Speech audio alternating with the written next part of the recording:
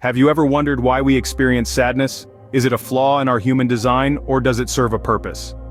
Let's dive into the enigma that is sadness. It's a feeling that transcends borders, cultures, even species. Yes, even your pet dog experiences it. It's universal, and that itself is intriguing, but why? What's the point of feeling low, of shedding tears, of having your heart weigh like a ton of bricks? Various evolutionary theories offer fascinating insights. One proposes that sadness fosters social bonding. It's a signal to others in our group, our tribe, that we need help. It's a silent plea, a beacon of vulnerability that draws others in, promoting unity and cooperation. Another theory suggests that it's a way to communicate our needs without resorting to aggression or conflict. So, sadness might not be a flaw, but a feature of our human nature designed for survival. A paradox, isn't it? A feeling we often want to avoid might just be what's keeping us together. Now let's delve into some fascinating anecdotes that spotlight the complexity of sadness. Our first story takes us to the life of a renowned poet who we'll call Jane. Jane was no stranger to the bitter taste of sadness. In fact, she experienced it so intensely that it often left her feeling paralyzed. But rather than surrendering to this debilitating emotion, Jane chose to channel it in a way few could imagine.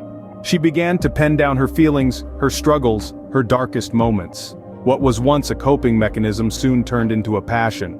Jane's sorrow became the muse for her poetry. Her verses, drenched in raw emotion, resonated with people around the globe, making her one of the most influential poets of her time. Jane's story is a testament to the fact that sadness, while often crippling, can also be a profound source of creativity and motivation.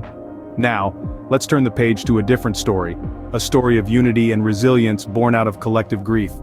This is the tale of a small town, which we'll call Harmonyville. When Harmonyville was hit by a natural disaster, the entire community was plunged into profound sadness. Homes were destroyed, lives were upended, and the future looked bleak.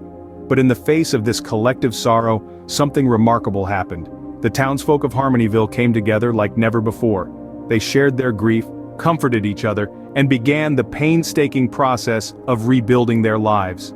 The sadness that had initially seemed insurmountable became the glue that held the community together, fostering a sense of unity and resilience that would see them through their darkest hour. These stories underscore the paradox of sadness.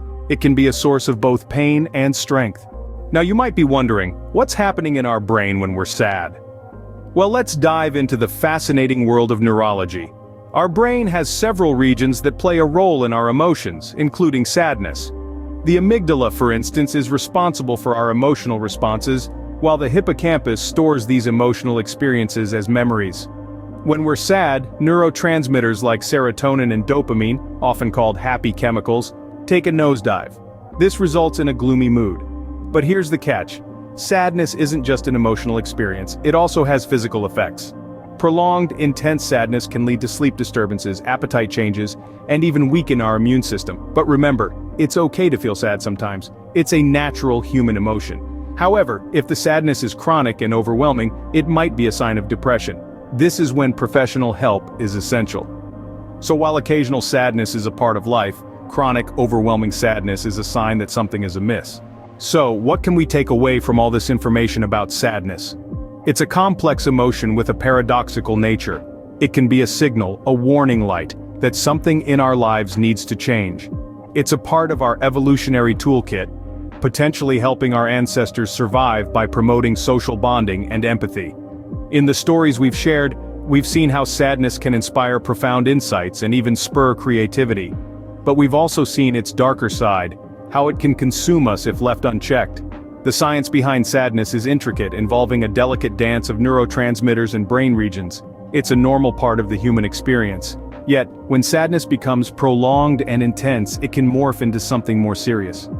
Remember, it's okay to feel sad sometimes, it's part of being human. But if sadness is taking over your life, don't hesitate to seek help. You're not alone.